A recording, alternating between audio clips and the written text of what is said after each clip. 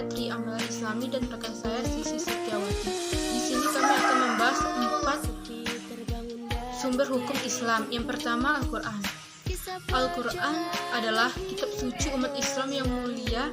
Ini berisi kalam Allah dan berisi segala hal yang menjadi panduan umat Islam dalam menjalankan kehidupan hukum Islam. Sumber-sumber hukum yang lain juga tidak boleh bertentangan dengan apa yang dikandung dalam Al-Quran, katakanlah ijma dan qiyas. Tidak boleh melenceng dari sumber utama, yaitu Al-Quran.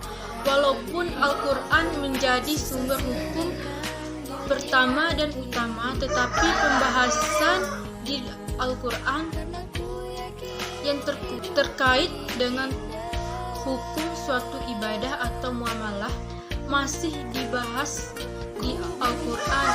Tidak akan ditemukan tata cara sholat dari mulai takbiratul ihram sampai salam. Tata cara tersebut hanya ditemukan pada hadis Nabi. Yang kedua, hadis atau as-sunnah. Sumber hukum Islam kedua adalah hadis atau as-sunnah. Hadis atau sunnah berasal dari kata al-hadis, yang artinya adalah perkataan, percakapan, ataupun berbicara. Dari definisi umum, hadis adalah setiap tulisan yang berasal dari perkataan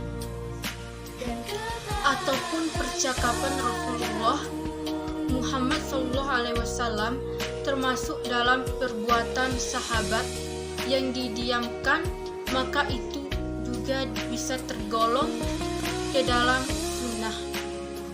Sumber hukum Islam ketiga adalah ijma. Secara bahasa, ijma adalah memutuskan dan menyepakati sesuatu.